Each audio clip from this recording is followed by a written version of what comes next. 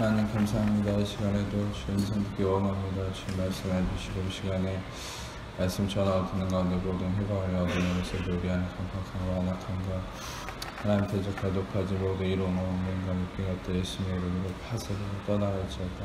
이제 성령만 이곳에 환영하고 초청하고 모셔드리고 인자하고 의지하는 거로 임하시고 다스리시고 충만케 하시며 제 나라 임하여 주시고 뜻이 하나서 이루어진 것이 땅에서도 이루어지며 주께서 예리하신 각 심령 안에 30배, 60배, 100배의 차원 넘치게 은혜 가득하도록 이시간 추정하시고 역사하시옵소서. 빛과 원 되시으시며 그를 망치고 된 계시대로 드러나시고 나타나시고 원하는 예수님 홀로 영광 받으시고 찬양 받으시옵소서. 모든 영광과 존귀와 찬양 예수님께 올려드리는 예수님 영광과 존귀와 찬양 홀로 받으시옵소서. 감사와 찬양 올려드립니다. 주님 영광 받으시옵소서. 감사합니다. 주님 감사합니다. 주님 영광 받으시옵소서. 감사합니다. 모든 영광을 주님께만 올려드리며 주님 감사합니다. 주님 영광 받으시옵소서. 모든 영광을 주님께 올려드리며 우리 사랑하시는 예수님 이름으로 기도합니다. 네. 우리가 하나님의 말씀을 어떤 마음으로 받는가에 대해서 이 성경의 복음서에 명시하고 있죠. 예수님은 이 마음밭의 비유를 씨 뿌리는 비유라고 해서 이렇게 세 공간복음 마태, 마가, 누가복음에 다 얘기하고 있습니다. 마태복음은 13장, 마가복음은 4장. 오늘 여러분과 나눈 누가복음은 8장에서 이 땅에 떨어진 씨의 비유라고 하는 어떤 제목으로 여러분 한글 성경에 다 제목이 달려 있을 겁니다. 그래서 이 씨는 정확히 말하면 이 씨는 어떤 다른 매체가 아니라 정확히 말씀으로 우리가 그것을 인지해야 된다고 예수님은 비유를 해석해 주셨죠. 특히 누가복음을 오늘 읽은 똑같은 거의 비슷해요. 똑같은 내용이지만 왜 누가복음을 선택했냐? 그것은 누가복음에 예수님이 이 비유에 대해서 해석해 주실 때 더 이제 쉽게, 더 명확하게 해석해 주신 부분이 있기 때문에 이것을 선택했습니다. 그리고 시상이 누가복음 8장에 아까도 말씀드렸듯이 씨는 무엇인가? 그것은 말씀이라고 예수님은 명시하고 있습니다. 그래서 우리는 이 말씀을 우리 마음에 어떻게 받을 것인가? 그래서 여러분들이 알아야 될 것은 실상 우리의 마음을 지키고 마음밭을 가꾼다는 것은 좋은 성품을 이루어낸다라는 의미가 아니라는 것을 아셔야 돼요. 그러니까 우리는 보통 내가 마음밭을 일구고 좋은 마음밭이 된다는 것을 인성이나 어떤 사람의 성격적 측면에서 받아들인단 말이에요. 근데 여러분들 우리가 1차적으로 알아야 될 것은 우리는 인성이나 사람의 성품을 하나님이 그것을 바꾸라고 우리한테 요구한 것이 아닙니다. 말씀을 우리의 인격이나 성품에 받는 것이 아닙니다. 말씀은 여러분의 마음에 받는 것인데 이 마음이 뭐냐? 바로 말씀 앞에서의 우리 마음의 태도인 것이에요. 그러니까 우리는 마음의 태도라는 것을 여러분의 인성이나 인격으로 오해하지 않았으면 좋겠어요. 여러분의 인성이나 인격은 어떤 은혜를 통한 결과물이고 여러분들의 인성이나 인격은 좋을 때도 있고 나쁠 때도 있어요. 맞습니까? 여러분이 인성이 좋다는 사람이 항상 좋을 수도 없고 저는 이 세상에서 진짜 인성 좋은 사람 본 적이 없어요. 왜? 인성이 좋다는 거는 어떤 면에서는 이런 거예요. 모든 상황 속에서 항상 좋아야 돼요. 율법처럼 갈라디아서 3장 10절 얘기했잖아요. 무릇 율법 행에 속한 자는 저주 아래 있나니 기록된 바 율법에 기록된 모든 일을 항상 행하지 않은 자는 저주를 받을 거다. 그러니까 그러면은 인성으로 여러분들이 인격으로 인정받으려면 어느 한 상황에서만 좋아 보이는 건 누구나 할 수 있는 거죠. 근데 진짜 인정받으려면 어떻게 하셔야 돼요? 모든 상황 속에서 항상 좋아야 돼요.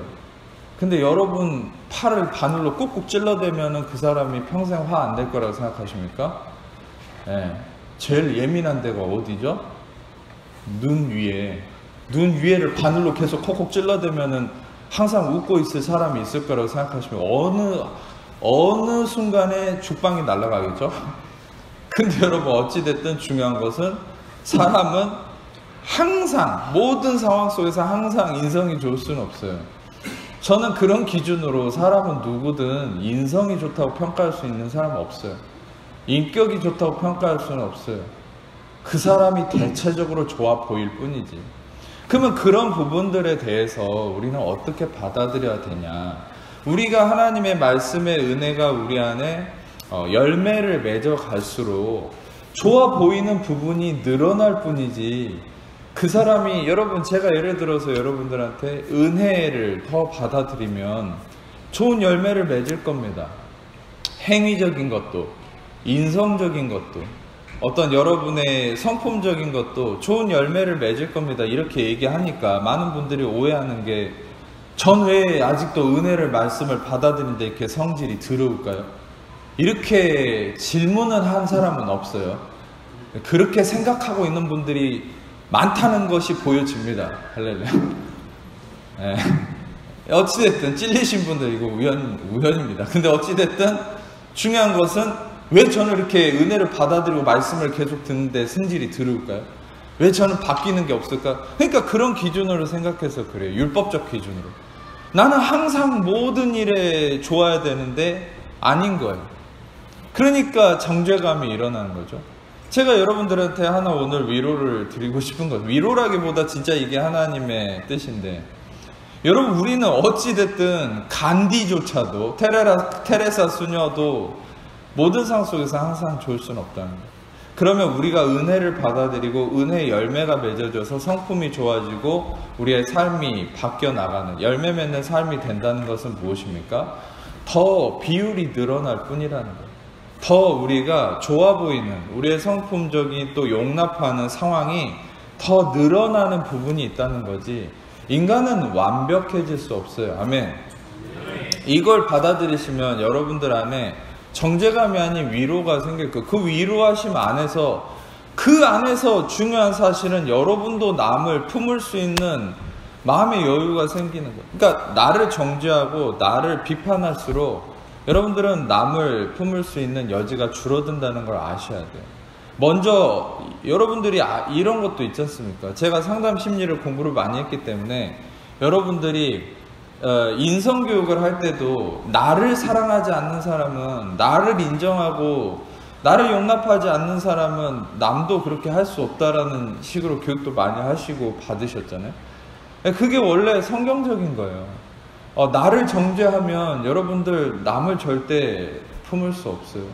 그러니까 먼저 여러분들은 그리스도의 십자가의 보혈의 공로 안에서 로마서 8장 1절을 명확하게 여러분들 안에 새기셔야죠. 그게 뭡니까? 그러므로 이제 그리스도 예수 안에 있는 자에게는 결코 정죄함이 없나니, 이는 그리스도 예수 안에 있는 생명의 성령의 법이 잘 삼아서 너를, 나를, 모두를 사하셨습니다. 해방하셨습니다. 아멘. 우리는 정죄함이 없다는 것을 남에게만 적용할 게 아니라 제일 중요한 것은 바로 여러분 자신이, 우리는 정죄함이 없음에 이 진리를 받아들일 때, 그때 우리는 온전한 열매의 삶으로 나갈 수 있어요. 마치 이런 것이죠. 전에도 비유했듯이 가늠하다 현장에 붙잡힌 여인을 모두가 돌로 쳐서 죽이려고 했습니다. 그때 예수님은 여기서 죄 없는 자가 돌로 쳐라, 그렇게 얘기했죠. 그들의 양심이 일어나서 다 돌을 버려두고 가버렸죠. 그 여자를 정죄하려고 했어요. 예수님 그들의 양심을 일깨웠죠. 모두가 정죄를 받아야 될 사람이라는 거예요. 근데 여러분, 중요한 것은 예수님이 그 여인에게 누가 너를 더 이상 돌로 치려는 사람이 있느냐, 그러면서 나도 너를 정죄하지 않겠으니 다시는 죄를 짓지 말라. 여러분들이 이제까지 들어왔던 교리나 신학, 그런 말씀들은, 그런 행위적인 말씀들은 뭐라고 얘기합니까? 죄를 짓지 마, 그러면 정죄하지 않을게, 이런 개념. 예수님은 놀라운 복음을 얘기하시죠. 그것이 무엇입니까? 내가 너를 정죄하지 않겠으니 죄를 짓지 말라. 그 말은 무엇입니까? 더 깊은 진리로 받아야 돼요. 그것은 무엇입니까? 여러분이 정죄하지 않는다라는 이 진리를 받아들일수록 죄를 짓지 않을 수 있는 힘이 생긴다는 거예요. 아멘. 그래서 로마서 6장 14절은 이렇게 얘기합니다. 죄가 너희를 주장하지 못하리니 이는 너희가 법 아래 있지 않고 은혜 아래 있습니다. 당신들이, 여러분들이, 우리가 율법 아래 있지 않고, 율법에 매이지 않고, 율법의 정죄 아래 있지 않고 은혜 아래 있을 때, 은혜는 무엇입니까? 값없이 주어지는 용서와 사하심입니다. 그러니까 정죄하심이 없는. 다시 말하면 은혜 아래 있다는 게 뭐예요? 시편 32편과 로마 4장 7절에 얘기하는, 다윗이 얘기할 때는 허물이 사함을 받고 죄가 가려짐을 받는 자는 복이 있고 마음에 간사함이 없고 여호와께 정죄함을 받지 않는 자는 복이 있다. 로마 4장 7절에 바울은 뭐라고 얘기합니까? 불법이 사함을 받고 죄가 가려짐을 받는 자는 복이 있도다. 이게 은혜인 거예요.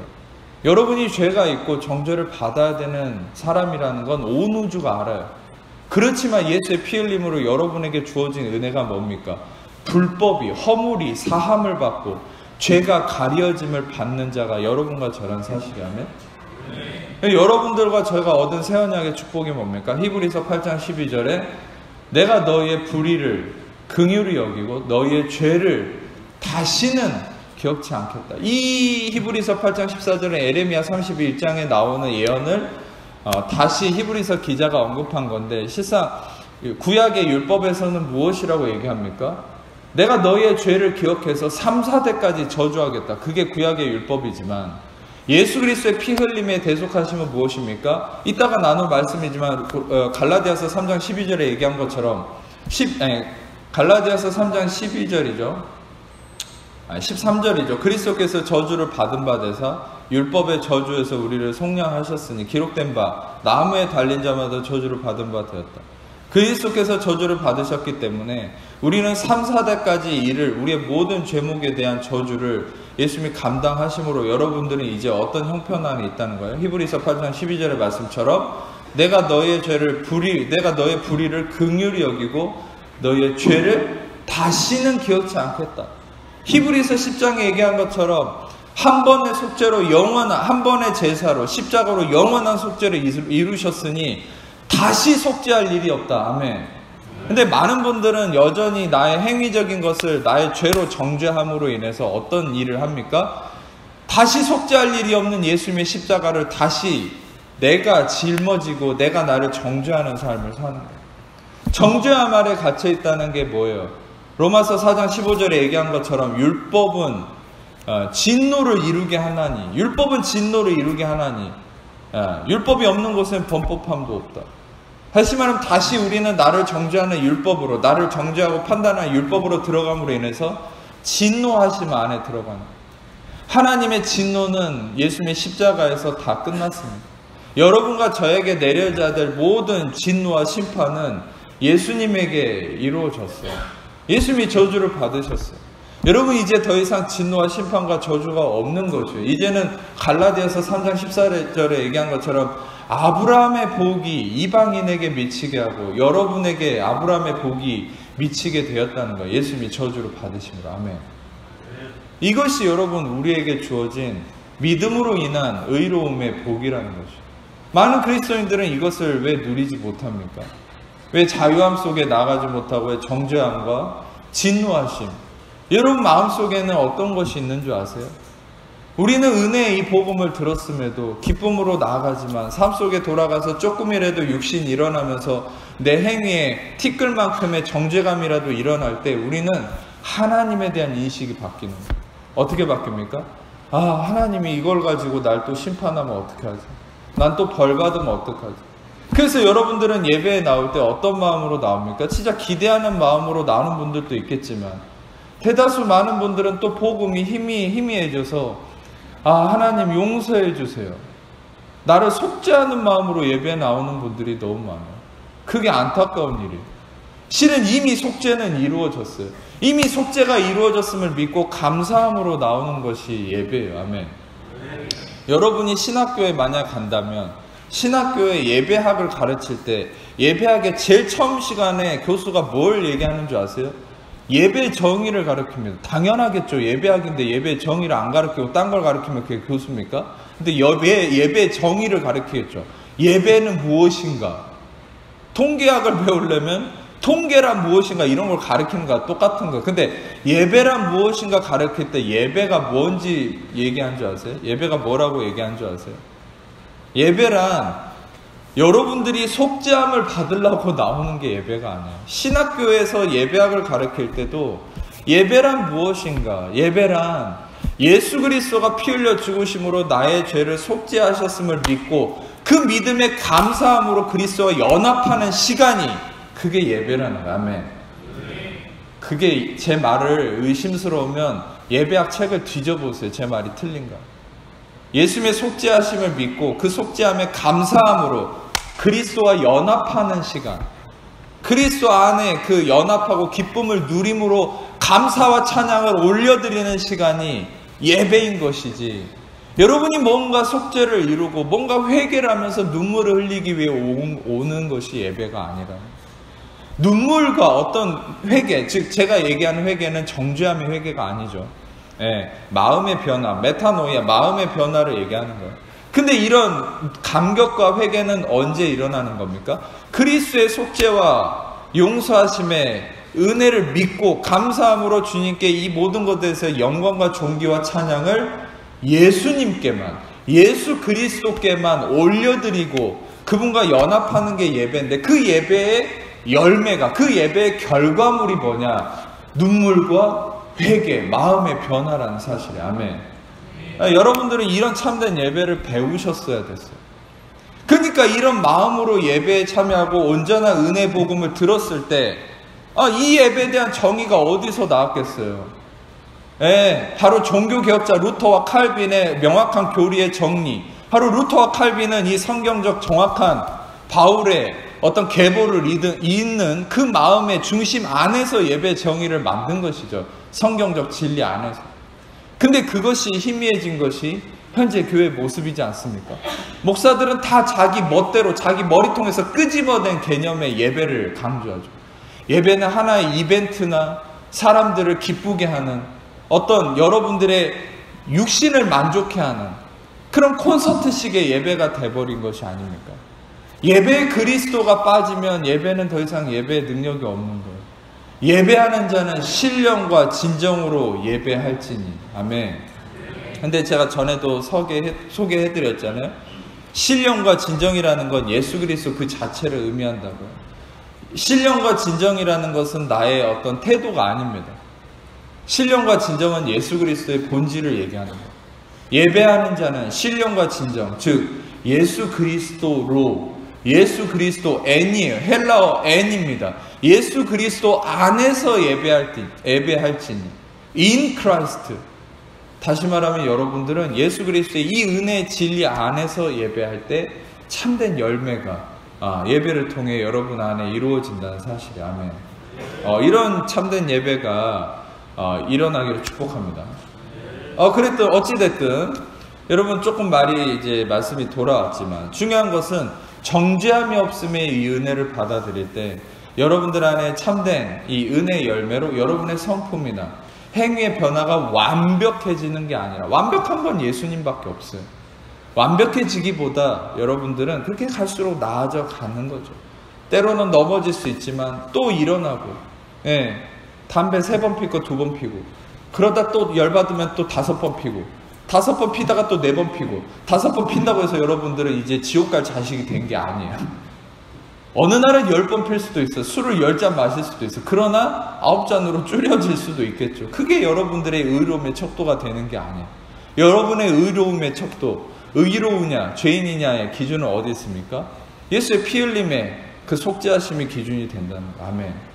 자, 제가 왜 이제까지 이 부분을 이렇게 장황하게 설명했냐면, 이 부분이, 이 개념이, 지금 한 20분간 설명한 이 개념이 여러분 안에 자리 잡는 게, 그게 좋은 마음밭이 되는 거예요.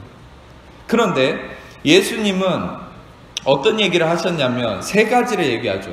말씀이라는 씨가 뿌려졌는데 첫 번째는 길가에 뿌려졌어요. 2번째는 바위 위에 뿌려졌어요. 3번째는 가시덤불이 있는 곳에, 가시가 있는 곳에 뿌려졌어요. 자, 그런데 중요한 것은 첫 번째 이제 길가에 뿌려진 것에 대해서 어떻게 누가복음을 설명합니까? 12절 보여주세요. 읽지는 않겠어요. 8장 12절을 보여주세요. 길가에 있다는 것은 말씀을 들은 자니 이에 마귀가 가서 그들이 믿어 구원을 얻지 못하게 하려고 말씀을 그 마음에서 빼앗는 것이다. 제가 금요 모임 예배 때도 설명을 드렸지만, 말씀이 우리 안에 뿌려질 때 마귀는 여러분의 성품을 헛크러뜨리고 여러분들이 어떤 것을 망치려고 하는 게 마귀의 목적이 아닙니다. 자, 여러분이 오늘 말씀을 좀 깊이 아는 분이시든 말씀을 많이 모르는 분이시든 이건 좀 확실하게 알았으면 좋겠어요. 많은 분들은 내가 은혜를 소멸했다. 뭔가 이재만 목사 설교를 듣고 나니까 마음이 가뿐해지고 가벼워지고 기쁨이 생기고, 그게 은혜를 받은 거예요.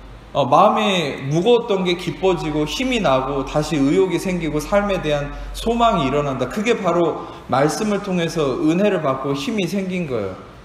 매주 그런 은혜가 있다고 저는 믿습니다. 아멘. 근데 이제 그런 은혜를 여러분들이 딱 삶에 돌아가면 막 성질내고, 또 직장에 돌아가면 막 여기 일에 눌리고 저리 눌리고 근심이 일어나고 우울해지고, 그러면 그런 게 사라져 버리잖아요. 그럼 보통 어떤 표현을 씁니까? 내가 은혜를 또 소멸했어. 내가 또 은혜 받은 거 다 까먹었네, 잊어먹었네, 이렇게 표현을 하잖아요. 근데 여러분, 보통 우리는 그것을 어떻게 오해하냐면, 은혜를 까먹었다, 소멸했다 이런 개념을 어떤 감정적으로 약간 어떤 기운이, 은혜의 기운을 받았는데 그게 빠져나간 개념으로 생각한단 말이에요. 그러니까 예배 때는 은혜의 기운을 받아서 좋아졌는데 세상에 나가면은 은혜의 기운이 다 빠져나가는 그런 느낌으로 생각해요. 그래서 은혜를 지켜라, 마음을 지켜라 그러면 막 안간힘을 쓰고 내가 경건하게 살려고 노력하고, 내가 막 오락도 안 하고 TV도 안 보고 그런 술 담배도 안 하는 이런 행위를 통해서 은혜를 지킨다고 생각한단 말이에요. 근데 그게 전혀 번지수를 잘못 찾은 이해라는 거예요. 실상 여러분들이 은혜를 받았다고 하는 게 뭔지 아세요? 아까도 표현했듯이 이 예배를 통해서 우울함이 없어지고 마음이 가벼워지고 기쁨이 생기고 삶에 대한 소망과 힘과 의욕이 생겼다. 특히 가장 큰 건 소망이 생긴 거예요. 근데 그 소망과 자유함, 기쁨, 평안 이런 게 생겼는데 그것은 어디서 온 거냐? 기운이나 감정이 아니야. 그것은 이 말씀이 여러분 안에 심겨졌기 때문에 그런 1차적 은혜가 생긴 거예요. 아멘. 제일 중요한 건 이제 그게 뿌리 내려야 돼요. 그게 뿌리 내려야 삶으로 이어지는 거예요.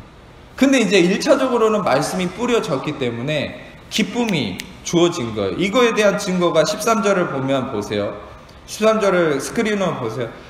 말씀을 들을 때 기쁨으로 받는다. 그러니까 말씀이 떨어지면 일단 기쁨이 있어요. 일단 이재만 목사의 설교가 여러분에게 딱 이 진리가, 엄청난 진리니까 이 진리가 여러분 안에 딱 퍼지면 그냥 순식간에 효과가 나타납니다. 악한 것이 떠나가고 여기서 질병이 나가기도 하고 하나님의 역사가 나타납니다. 근데 중요한 것은 그것이 말씀으로 이루어진 거라는 거예요. 아멘. 자, 중요한 건 모든 것의 핵심이 말씀이에요. 말씀으로 이루어졌는데 삶 속에서 왜 그게 사라지느냐? 기운이 빠진 게 아니라 말씀에서 지금 얘기한 것처럼 마귀가 와서 말씀을 뺏어간다는 거예요. 그러니까 예를 들어서 이런 거죠. 이재만 목사의 설교를 통해서는 나는 정죄감이 없다, 나는 정죄함이 없다, 난 그리스도 안에서 의인이다, 이 진리로 자유케 됐어요.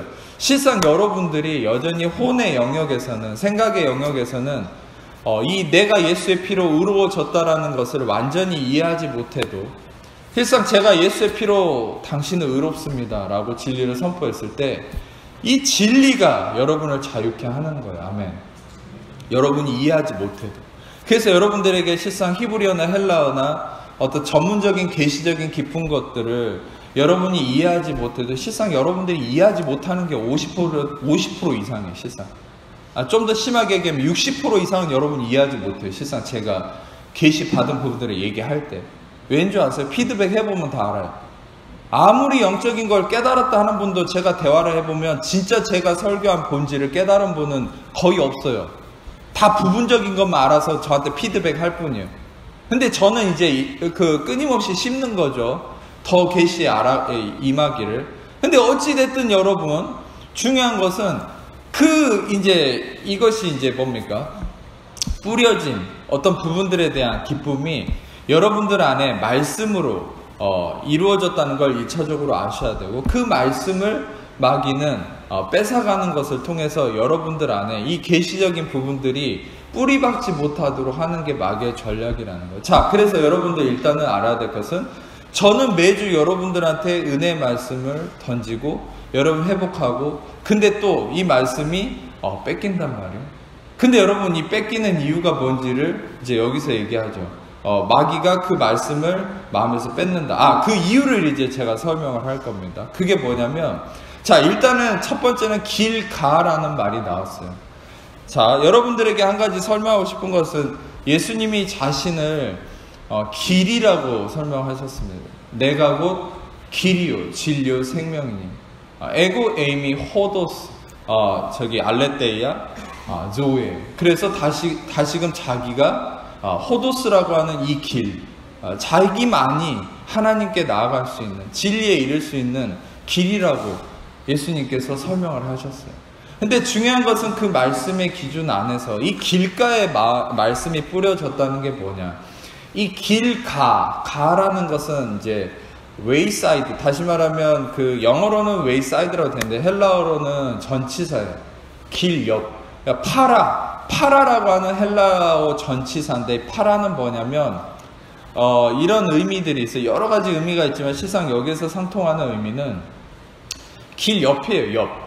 요건 다 아시죠? 근데 어떤 의미가 있냐면 반대쪽이라는 의미도 있어요. 그러니까 하지만 길 대신 예수님의 주변에 있다는 거예요. 주변에 있고 심지어는 반대편에 있는 경우가 이 의미가 될 수 있다는 거예요. 그러면 예수님, 길이 대신 예수님 주변에 있거나 반대편에 있다라는 게 무슨 의미일까요?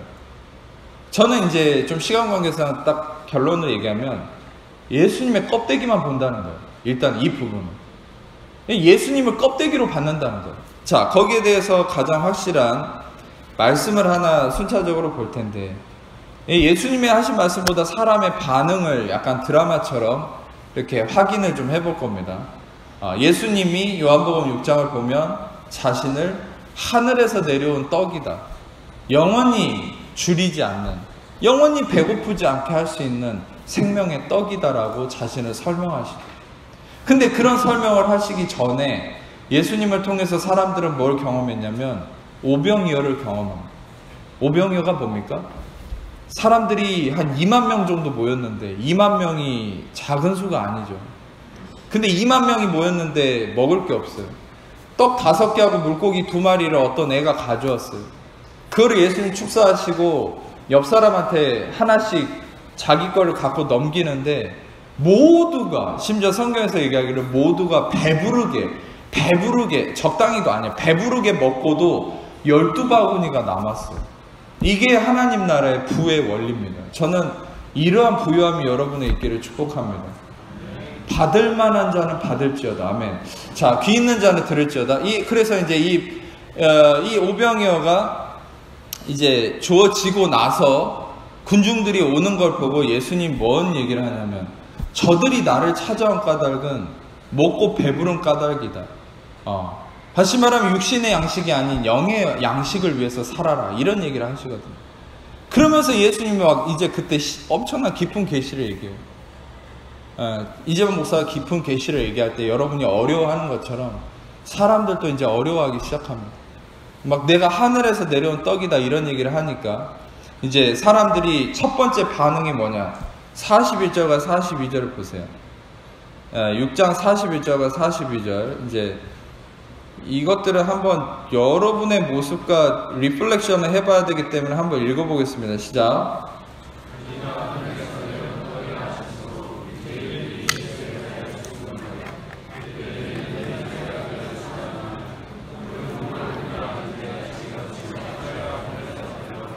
자, 1차적 반응이 예수님이 하늘에서 내려온 떡이다 하니까 수군거렸죠. 그래서 무슨 얘기를 합니까? 저 사람은 요셉의 아들 예수가 아니냐, 그 부모를 우리가 알고 있다. 이게 뭐야? 예수님을 그냥 껍데기로 보는 거죠. 진짜 하나님의 아들이고 그리스도고, 그리스도는 무엇을 의미하는 겁니까? 3가지 직분을 통칭하죠. 왕, 제사장, 선지자. 다시 말하면 이 3가지 직분을 통칭하는 게 그리스도예요. 그리스도라는 무슨 예수님의 그 전용 고유 수식어라기보다 원래 그리스도라는 의미가 왕, 제사장, 선지자, 그러니까 모든 권세를 다 갖고 있는 존재라는 거죠. 근데 예수님을 주로 인정하고 그리스도라고 인정하는 그런 상황 속에서 많은 걸 경험했음에도 이제는 말씀이 계시가 들리지 않으니까 껍데기로 보는 거예요. 뭘로 보는 겁니까? 저 사람이 이런 사람인데, 저 사람이 이런 환경인데. 자, 이 52절 시작.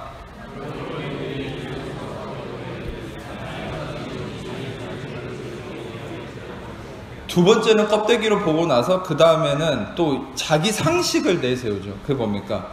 사람이 어떻게 자기 살을 줘서 먹게 하겠냐. 왜냐하면 하늘에서 내려온 떡이라고 그러니까. 자기 살을 줘서 먹게 하겠느냐. 그러니까 전에도 얘기했지만 이 사람들의 반응을 묵상을 해보세요. 얼마나 웃긴지. 이보다 더 웃길 수가 없는 거예요. 방금 전까지 오병이어를 경험했던 사람들이에요. 떡 5개 물고기 2마리로 2만 명이 먹고도 12바구니가 남는 기적을 경험했는데 예수님이 하늘에서 내려온 떡이라고 그러니까 저는 그런 생각도 들어요. 여러분이라면 믿었을 것 같아요. 예수님이 이런 말을 하면. 근데 이분들은 더 미숙했나 봐요, 실상. 그러니까 이 사람들이 뭐라 했냐면 어떻게 사람 살을 먹을 수 있겠냐. 식인 집단으로 오해하는 거예요. 자, 60절 시작.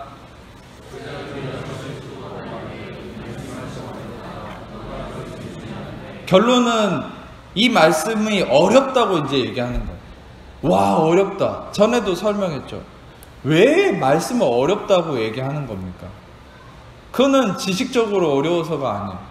내 육신적 시스템으로 말씀을 영의 말씀을 내 육신으로 받으려고 하기 때문에 부딪히니까 어려운 거예요. 부딪히니까 이해를 못하는 거예요. 바로 방금처럼 인간의 상식, 예수님의 껍데기 이런 쪽으로만 대하니까 말씀을 못 알아먹어요. 예를 들어서 여러분들 이런 건 잘 알아먹죠. 죄 짓지 마세요. 간음하지 마세요. 음란한 생각하지 마세요. 술 먹지 말고 담배 피지 마세요. 경건하게 살아야지. 그리고 뭐 예화 하나 띵 얘기하고 이런 좋은 분이 있습니다. 여러분도 이런 분처럼 이렇게 본받고 살으세요. 이런 얘기하면은 제가 부가 설명 안 하고 설교 10분 만에 끝나버려요. 15분만 해도 와 그냥 재밌다 그러고서 이제 할 소리 다 한 거예요. 그거는. 왜 제가 설교할 시간이 부족한 줄 아세요? 하나님 나라의 진리를 얘기하려면은요 시간이 부족한 거예요. 여러분 실상 제가 사도행전 28장에 바울이 어떤 사역을 했습니까? 로마에서 자기 셋집에 2년 동안 아침부터 저녁까지 하나님 나라의 복음을 강론했다. 여러분 중요한 것은 우리는 진리는요 시간을 정할 수 없는 거예요. 밤을 새도록 얘기하고 해도 부족하고 여러분이 밤을 새도록 진리를 들어도 지루하지 않은 거예요. 아멘. 월드컵 결승전이 오늘 저녁입니까? 결승전 하면 절대 안 지루하겠죠. 날밤을 새고 해도. 여러분 중요한 것은 여러분들은 어떤 면에서는 그 육신에 익숙하니까 내가 이해되는 것은 지루하지 않은 거예요. 이해가 안 되면 이제 그때부터 지루한 거예요. 도대체 이거 왜 이렇게 긴 거야? 언제 끝나는 거야? 근데 여러분 그래서 육신으로 영의 말씀을 육신으로 받으려고 하기 때문에 어려운 거예요. 힘든 거예요. 근데 그러면서 누가 들을 수 있겠냐 하면서 이제 어떤 일이 일어납니까? 66절 시작.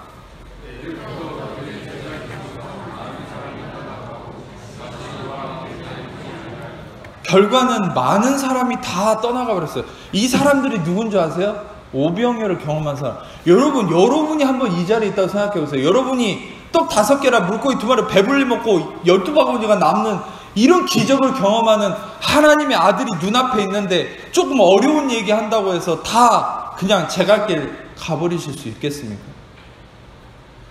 그럴 수도 있겠죠. 근데 여러분 실상 진짜 어떤 면에서는 마음이 완악한 거예요. 그런 기적을 경험하고도 떠나가는 것을 봅니다. 그만큼 여러분 따끔한 소리 하자면 여러분 자신은 믿을 인간이 못 되는 거예요. 할렐루야. 저는 여러분 안 믿습니다. 아무리 여러분이 저한테 신뢰감을 주려고 노력해도 전 인간의 여러분을 안 믿어요. 아무리 제 앞에서 좋은 소리 해도 여러분 안 믿습니다. 한 명 한 명 다. 제가 믿는 바는 한 가지밖에 없어요. 여러분 안에서 일하시는 그 성령님을 믿습니다. 아멘. 전 여러분 안 믿어요. 여러분도 저 믿지 마세요. 성질도 더럽고 별로 안 좋으니까. 믿지 마세요. 제 안에 성령님이 일하심을 믿으세요. 아멘. 이 말만 했어요 맨날. 근데 이제 저도 할 거예요. 저도 여러분 안 믿어요. 할렐루야. 어찌됐든 자 68절 시작.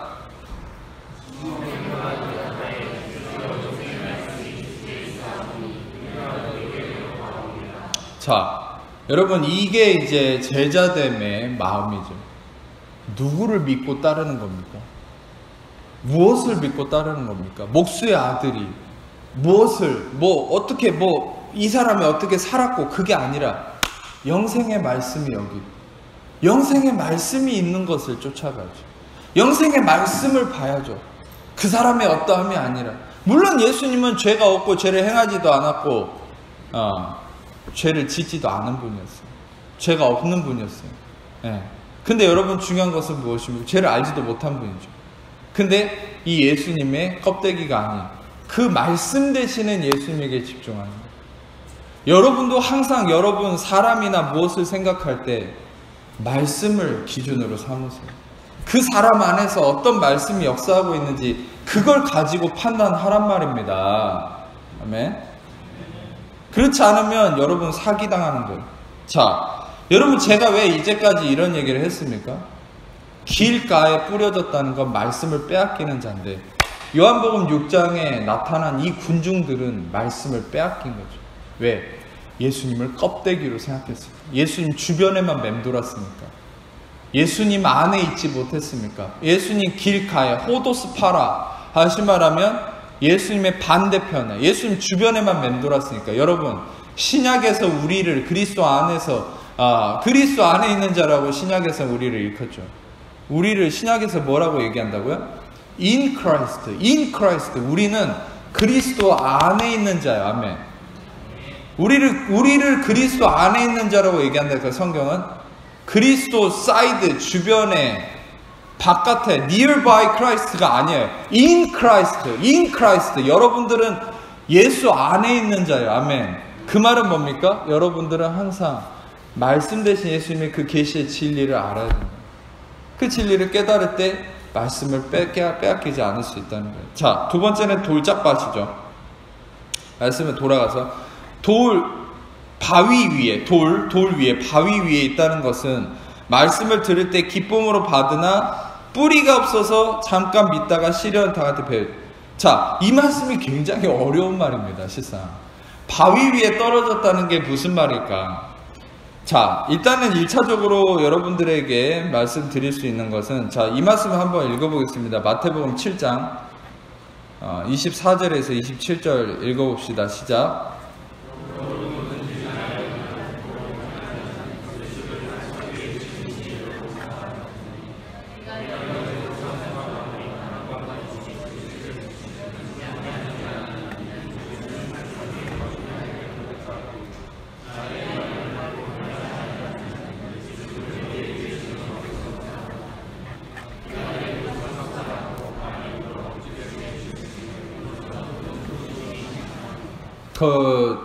쉽게 표현하면은 반석 위에 지은 게 있어요.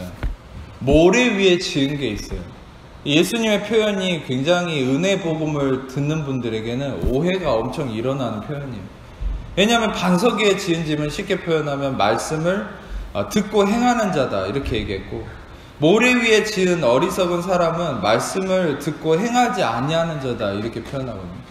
그러면 기존의 율법적인 교리와 말씀 안에 있는 분들은 이걸 보고서 말씀을 듣고 열심히 살아야 되겠네, 지켜야 되겠네 이렇게 오해하는 거예요. 근데 여러분이 알아야 될 것은 이 말씀을 듣고 행한다는 게 어떤 의미인지를 잘 해석을 하셔야 돼요. 실상 바울은 그리스도의 교리와 진리 안에서 말씀을 내가 행하고 내가 지키는 건 그건 율법의 행위라고 얘기했어요. 율법의 행위에 속한 자는 저주 아래 있다고 갈라디아서 3장 10절에 얘기했고, 갈라디아서 5장 4절은 뭐라 얘기했습니까? 율법 안에서 의롭다함을 얻으려면 그리스도에게서 끊어지고 은혜에서 떨어졌다 얘기하거든요. 그런데 여기서 예수님이 얘기한 것은 율법을 듣고 행해야 된다 이런 얘기를 하면은 많은 사람들이 헷갈려 하는 게, 그러면 바울의 의견과 예수님의 의견이 다른가?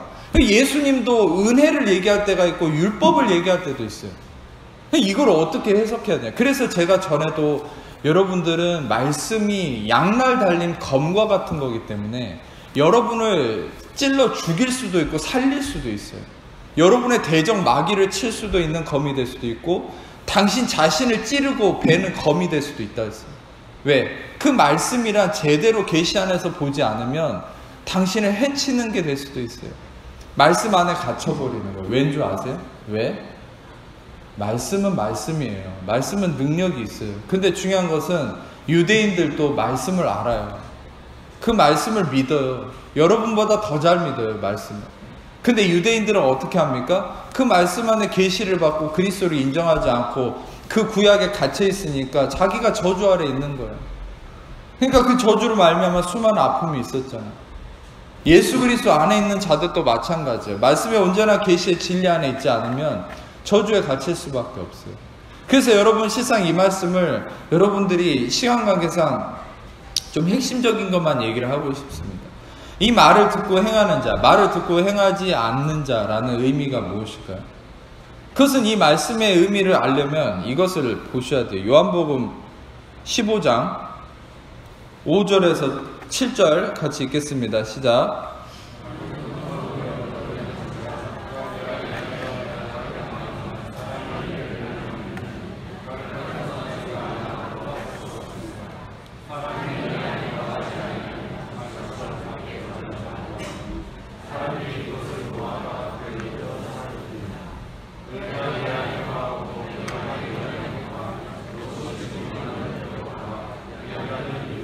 네, 이 말씀을 듣고 행한다, 말씀을 듣고 행하지 않는다. 솔직히 이 말의 더 깊은 의미는 여러분들은 율법 안에서는 내가 주체가 돼서, 율법이란 것도 제가 전에 설교했죠.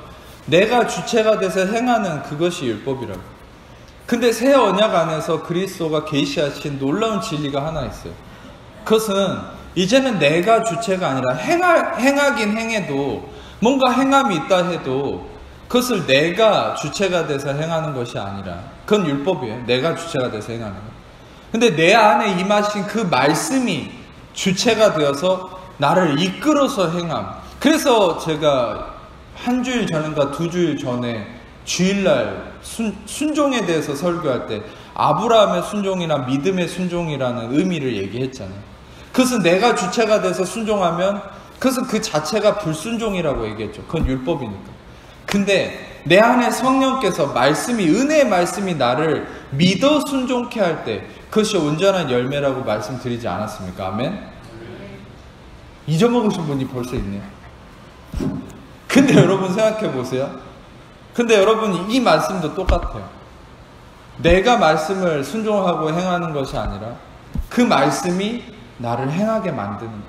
그 말씀이 내 안에서 행하는 거예요. 그래서 너희가 내 안에 거하고 내 말이 너희 안에 거하면 무엇인지 원하는 대로 구하라. 이것은 구한다는 게 단순한 기도의 의미가 아니죠.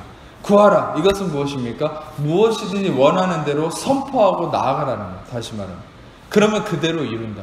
그 말이, 그 말씀이, 예수님의 말씀이 너희 안에서 행하신다. 다시 말하면 아브라함을 보세요. 아브라함이 이삭을 바친 사건은 아브라함이 행한 게 아니라 아브라함 안에 있는 그 말씀이, 믿음이 행한 것이죠. 믿으십니까? 아멘. 이 의미를 잘 아셔야 돼요. 그래서 말씀이 행하는 거예요. 내가 행하는 게 아니야. 말씀이 행하는 거예요. 다시 말하면 예수님이 그 말을, 예수님의 말을 듣고 행하는 자라는 것은 무엇입니까? 내가 행하는 자라는 것은, 내가 행하는 자라는 의미로 생각해버리면 여러분 엄청난 문맥적 오류에 빠져버려요. 예수님이 하신 말씀과. 근데 정확하게 문맥적으로나 모든 상황적인 또 계시의 측면에서는 이 말을 듣고 행하는 자라는 것은 율법적 의미가 아니라 이것은 그 말씀이 행한다는 거예요. 자, 이거에 대한 부가 설명을 하나 드릴게요. 예레미야 33장 2절에서 3절.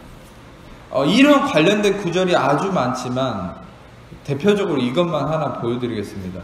예레미야 33장 2절만 읽겠습니다. 시작.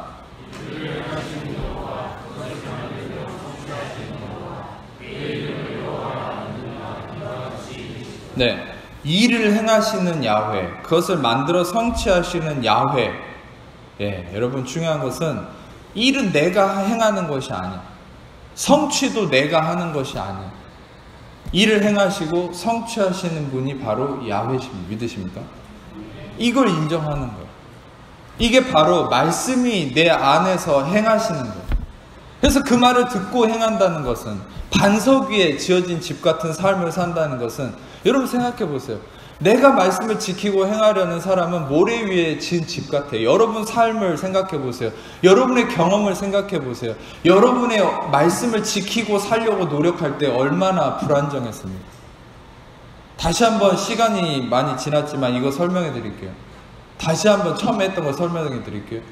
내가 말씀을 지키고 말을 듣고 행하려는 삶은요, 왜 모래 위에 지은 집 같은 거냐면, 내가 말씀을 듣고 지켜 행하려면 어떻게 해야 된다고요? 모든 것을, 모든 말씀을 항상 지켜 행해야 돼요. 근데 거기서 하나라도 어긋나면, 야고보는 그랬어요. 모든 율법 중에 단 하나라도 어기면 다 어긴 거라고. 그러니까 지키려면 모든 말씀을 항상 지켜야 돼요. 365일 매 초마다, 매 순간. 근데 한 순간이라도 하나라도 어기면 그게 무너지는 거예요. 저주 아래 거하는 거예요. 그게 율법이에요. 그게 당신이 주체가 돼서 말씀을 지키려고 사는 삶이에요. 근데 그런 삶이 어떤 삶이겠어요? 불안정한 거예요. 모래 위에 지은 집 같은 거예요. 이해가 되시죠? 그러니까 말씀을 내가 듣고 행하려는 것은 진짜 불안정한 거예요. 그런데 내가 아니라 내 안에 그 말씀이 행한다는 믿음 안에, 은혜의 말씀 안에 자유함으로 주님께 나를 내어드리는, 그냥 그 말씀을 먹는 거예요. 나의 행함과 상관없이. 그러면 그 말씀이 행하시는 이 의미는 무엇입니까? 흔들리지 않는 것이에요. 나는 실패해도, 나는 모든 말씀을 항상 지키지 못해도 내 안에 그 은혜가 되시는 성령님, 그 은혜의 말씀은 항상 모든 것을 항상 지킬 수 있는 완전한 분이시기 때문에 그 말씀이 행함을 믿고 나를 내어드림이 바로 우리는 반석 위에 지은 집 같은 삶이라는 거예요. 아멘. 이것을 기억하세요. 자, 그래서 여러분들이 이제 조금 이 부분에 대한 설명이 부족하다고 생각되면 설교를 계속 반복해서 들어보셨으면 좋겠습니다. 자, 그리고 마지막으로 이것만 좀 나눌게요. 사도행전 20장 32절. 이거는 스크린으로 보세요. 자, 그래서 그 말씀이 여러분을 붙들어준다는 의미에서 이 말씀을 좀 나누고 싶은데, 지금 내가 여러분을 주함이 그의 은혜의 말씀에 부탁하는 이 말씀이 여러분을 능히 든든히 세우사 거룩하게 하심을 입은 모든 자 가운데 기업이 있게 하시라. 은혜의 말씀이 여러분을 오이코도메오, 여러분들을 집을 세우듯이 든든히 붙들어주고 세운다는 거예요. 아멘. 그러니까 여러분들을 반석 위에 지은 집처럼 굳건하게 만드는 건 여러분 자신이 아니에요. 여러분 안에 계신 성령님, 그 말씀 대신 예수님, 은혜의 말씀이 당신을 든든히 세운다. 이걸 인정하시기를 축복합니다. 자, 마지막으로 가시던 불에 뿌려진 씨. 가시는 뭡니까? 가시는 저주예요. 창세기 3장 17절, 18절, 19절. 시간 관계상 눈으로만 보세요.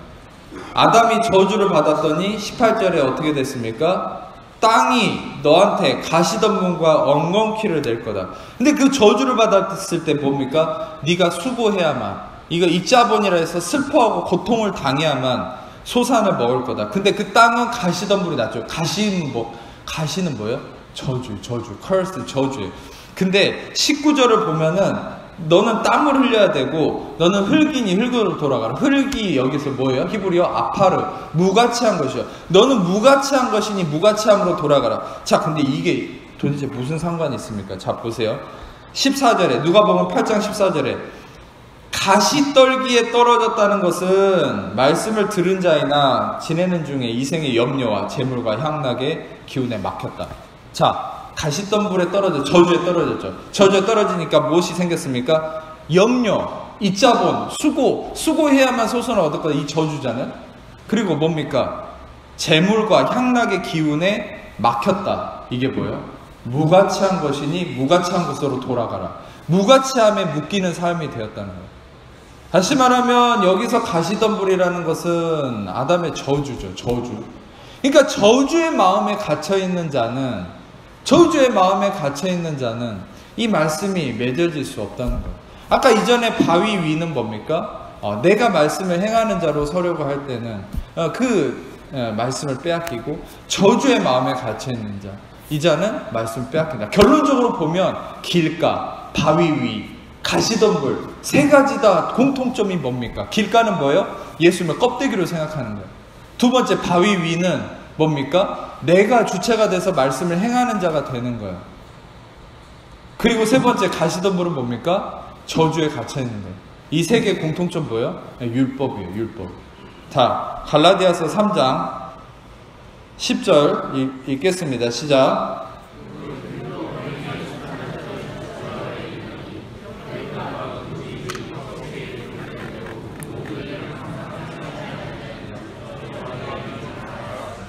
네, 율법에 속한 자는 저주 아래 있고 모든 일을 율법대로 저주 아래 있다. 아까 제가 설명했던 것처럼 다시 말하면 이러한 율법적 문제, 여러분 안에 예수님을 껍데기로 보고 내가 주체가 돼서 말씀을 내가 행하려고 하고, 또 무엇입니까? 마지막으로 율법의 저주 아래 갇혀있는, 어떤 저주 아래 묶여있는 삶, 그럴 때 여러분들은 율법적 개념 안에서 말씀이 열매 맺지 못하는 거예요. 말씀이 소멸되는 거예요. 은혜를 받아도 나가면은 이런 마음들 때문에, 이런 여러분 안의 생각들 때문에 이재만 목사 설교 다 날아가는 거예요. 여기서만 잠깐 효과가 있을 뿐이죠. 그러면 여러분 좋은 마음밭이 된다. 좋은 마음밭이 된다는 건 뭐예요? 아까 처음에 이미 서론부에 설명드렸잖아요. 은혜의 마음으로 여러분을 바꾸는 것이죠. 아멘. 은혜의 마음은 시간 관계상 갈라디아서 3장 11절부터 14절까지를 읽어야 되는데 13절부터만 보자면, 제가 그냥 설명해 드릴게요. 율법으로 말미암아 의롭게 되지 못한 것이 분명하다. 의인은 믿음으로 말미암아 살아야 된다. 11절에 얘기하죠. 율법은 믿음에서 난 것이 아니니 율법을 행하는 자는 그 가운데서 살아야 된다. 그리고 그리스도께서 저주를 받은 바 되사 율법의 저주에서 우리를 속량하셨다. 그래서 여러분들은 어떤 자가 되었다고요? 14절을 같이 읽어보겠습니다. 시작.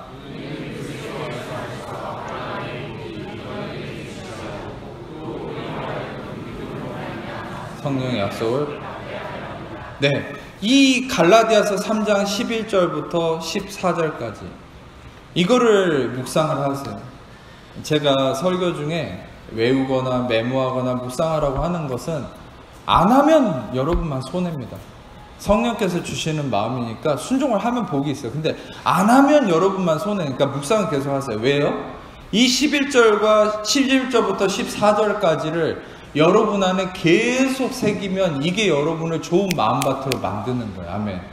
이 개념 안에서 여러분의 사고 체계가 바뀌어야 돼요. 11절부터 14절까지 이 복음의 진리로 여러분의 사고 체계가 바뀌는 게 좋은 마음밭이 되는 거예요. 그래야 여러분이 말씀을 받을 때 30배, 60배, 100배로 열매 맺을 수 있어요. 이 믿음의 은혜로 여러분 정말 열매 맺는 축복의 삶이 되기를 축복합니다.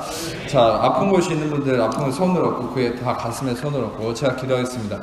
하나님 감사합니다. 이 시간에 죽으시고 부활하신 예수의 이름으로 이 시간에 모든 우리 하나님 자녀를 묶고 있는 염려, 의심, 불안, 저주, 두려움, 삶의 문제, 고통, 저주, 악함들 모든 묶여있는 것들 예수의 이름으로 떠나갈지어다.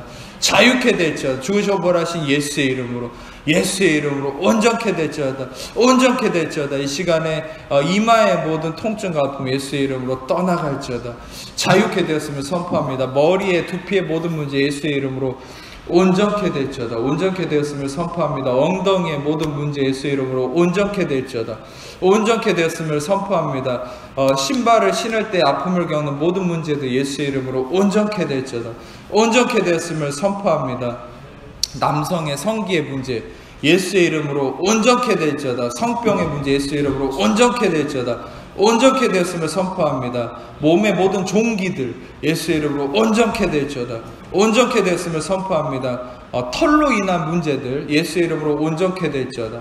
온전케 되었음을 선포합니다. 귀의 고막의 문제 예수의 이름으로 온전케 될지어다. 온전케 되었음을 선포합니다. 주님 임하시옵소서. 감사합니다. 주님 감사합니다. 콧수염이 자라는 곳에 모든 문제 예수의 이름으로 온전케 될지어다. 온전케 되었음을 선포합니다. 코에 축농증 예수의 이름으로 온전케 될지어다. 온전케 되었음을 선포합니다. 피부의 트러블 예수 이름으로 온전케 될지어다. 온전케 되었음을 선포합니다. 주님 감사합니다. 모든 영광 주님께 올려드리며 우리 사랑하시는 예수님 이름으로 기도합니다.